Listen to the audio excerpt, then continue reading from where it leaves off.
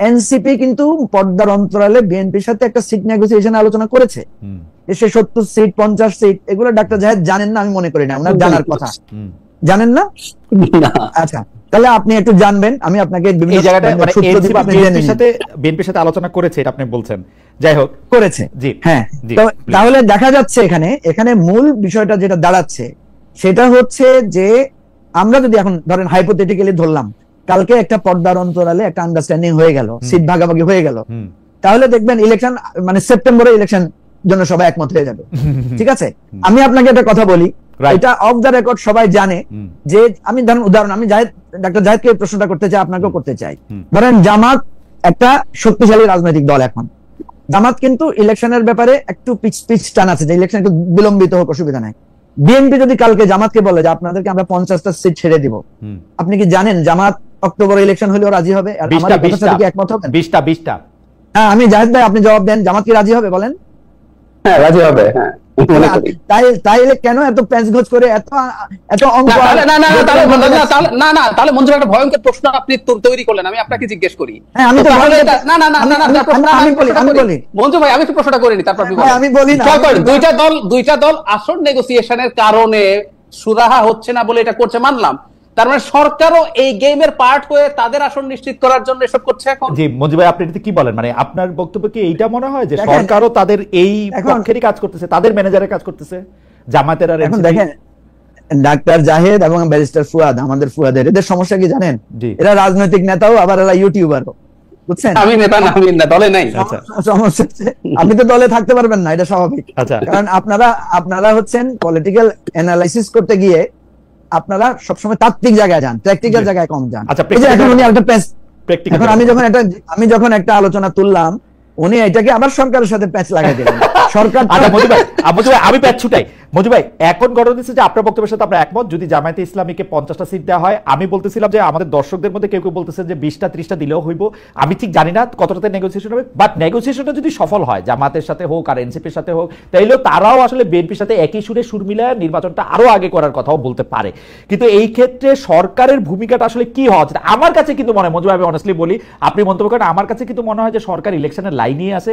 এইটা ডিসেম্বরটা যদি তার ইগোর মধ্যে একটু লাগে, তাহলে জানুয়ারি 10-12 তারিখ একটা ইলেকশন দিয়ে দিবে, যথারীতি ইলেকশন হবেও, সবাই খুব আনন্দ করে ইলেকশন করবে। এটা হচ্ছে আমার আমার ধারণা, ইলেকশনের দিকে যাচ্ছে বাংলাদেশ আসলে।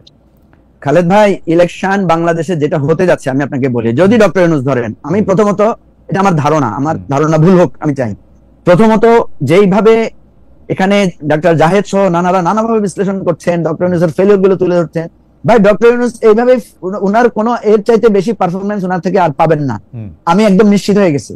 দিন দিন আরো ডিটোরিয়েট করবে। সুতরাং আপনাকে এখন সিদ্ধান্ত নিতে হবে, আপনি এর চাইতে বেটার অপশন পাইলে আসেন, সেদিকে আমরা হাঁটি। নাম্বার 1। নাম্বার 2 হচ্ছে, ধরেন ডক্টর ইউনূস এই পরিস্থিতিতেই একটা ইলেকশন ডিক্লেয়ার করলেন, এই ইলেকশনে অন্তত 50 থেকে 100টা আসনে বিএনপির বিদ্রোহী প্রার্থী থাকবে, জামায়াতের এবং বিএনপির সাথে হার্ড কন্টেস্ট হবে অন্তত 60 থেকে 70টা আসনে, অন্যান্য দলের সাথে অন্তত আরো 20 থেকে 30টা আসনে, এবং এই সমস্ত জায়গায় বিভিন্ন রকমের মারামারি, গন্ডগোল, নির্বাচন অফিস ভাঙচুরের মতো ঘটনা ঘটবে। একটা জায়গাতেও পুলিশ বা সেনাবাহিনী কোনো সঠিক মেজার নিতে পারবে না, এবং এই সরকারের এই ক্ষমতা নাই এই জায়গায় থামাইতে পারে। আপনি দেখেন, আপনি বলেন মঞ্জু ভাই, আপনি আমাদের একদম সময় নেই, মানে যতটুকু বাড়ছিল আমরা 2 মিনিট শুধু ডক্টর জাহেদকে শুনতে পারবো। ডক্টর জাহেদ, আমার প্রশ্নটা হচ্ছে যে পারফরমেন্স এর থেকে বেটার আর হবে না, কিন্তু আমার প্রশ্ন হচ্ছে পারফরমেন্স বেটার হলে, যেহেতু এটা টিম স্পোর্ট, আমরা যারা সরকারে নাই বা আমরা যারা উনার সমালোচনা করতেছি তারা সবাই উনাকে সহযোগিতা করেছি কিনা, আমরা যারা স্টেক হোল্ডার আছি, আর হচ্ছে যে বেটার না হলে পদত্যাগ করার কথা উনি বলছেন, আপনি এটার মধ্যে থেকে যদি একটু মন্তব্য করেন, শেষ আমাদের আর আমরা মানে আমি আসলে এটাই এক্সপেক্ট করি, ডক্টর ইউনূস অত্যন্ত প্রাজ্ঞ গণতান্ত্রিক একজন মানুষ, সমালোচনাকে সেভাবে নেবেন, এবং সমালোচনাটাও টাফ হওয়া মানে এইটা উনি যাতে ইন্টারপ্রেট না করেন যে প্রত্যেকে তাকে চলে যেতে বলছে, এটা তার বোঝা উচিত যে তিনি সঠিক পথে নেই, অন্তত কিছু মানুষ মনে করছে। আমি বলছি না তাকে সব আমাদের কথা মতো করতে হবে, কিন্তু উনি একটা রিকনসিডার করবেন, এটা খুব জরুরি। আর যেটা হয়েছে খালেদ ভাই, আমি তো এত খোলাখুলি বলে ফেলতে চাইও না, যারা এই সরকারের বিভিন্ন জায়গায় আছে, আপনার আমার মঞ্জু ভাই সবারই কম বেশি পরিচিত মানুষজন, সুতরাং সরকারের ভেতরে ডিনামিক্সটাও আমরা আসলে খানিকটা বুঝি। সুতরাং বাইরে থেকেও আসলে পরিস্থিতিটা কেমন সেটাও সরকারের দেখা দরকার, তাদের পদক্ষেপগুলো বা তাদের চিন্তাগুলো যে মানুষ বুঝতে পারছে বা অ্যাটলিস্ট সন্দেহ তৈরি হচ্ছে, এটা হলে আমরা মনে করি সরকারটা একটা রাইট ট্র্যাকে থাকার সম্ভাবনা তৈরি হবে। আর আমি এখনো বলছি, যে ওই যে মঞ্জু ভাই বললেন যে ব্যালট বাক্স এখানে মারামারি, এটা ব্যালট বাক্স চুরি বা ছিনতাই ঠেকাতে পারবেন না টাইপের কথা প্রধান উপদেষ্টা বলেছেন বলে পত্রিকায় সূত্রের মারফত নিউজ এসছে। সেটা পুরনো কথা। তাহলে তো আসলে জুনে উনি কিভাবে রাতারাতি এই 6 মাসের মধ্যে পেরে যাবেন, এই প্রশ্নগুলো আসবে। এবং তিনি যদি শেষ পর্যন্ত এটা মনে না করেন, উনি যদি না পেরে ওঠেন বলে মনে হয়, we should try, আমরা জানি না যে আমরা পারবো কিনা, তেমন কাউকে পাবো কিনা। আমি এটা অন্তত বলতে প্রস্তুত আছি, আই এম সরি এভাবে বলার জন্য। আমরা ওনাকে সবসময় সমর্থন করেছি। শুরুর দিকে যে জরুরি প্রয়োজন ছিল সেটা অনেক ভালো হয়েছে। শেখ হাসিনা বাংলাদেশকে ধ্বংসস্তূপে পরিণত করেছে, এবং কতটা করেছে এটা ডক্টর ইউনূসের চাইতে আমরা বেশি জানি। আমি আবারও বলছি, ডক্টর ইউনূসের চাইতে বেশি জানি, কারণ মেটিকুলাসলি আমরা এগুলো ফলো করেছি, কথা বলেছি। উনি আসলে বিশ্ব ব্যক্তিত্ব, বাইরে ছিলেন। কিন্তু এই ডিস্ট্রাক্টেড সিস্টেমের মধ্যে থেকেও আরো ফার বেটার পারফর্ম করার সুযোগ ছিল। তিনি তার অনেক ক্ষেত্রেই ব্যর্থতার কারণে এটা করে উঠতে পারেন। এক লাইনের কোশ্চেন ডক্টর জাহিদকে দিয়ে শুরু, মঞ্জু ভাইকে দিয়ে শেষ হবে, আমাদের অনুষ্ঠান শেষ করা। সেটা হচ্ছে ইলেকশন কবে হবে বলে মনে করেন? মানে যুক্তি না, মানে এটা একটা ফোরকাস্ট, জ্যোতিষী প্রশ্ন, জ্যোতির্বিদ্যা না। দুইটা না, আমি আগে জাহিদকে শুনি, আপনি শেষ কথা বলবেন। মঞ্জু ভাই আপনি বলবেন শেষ কথা।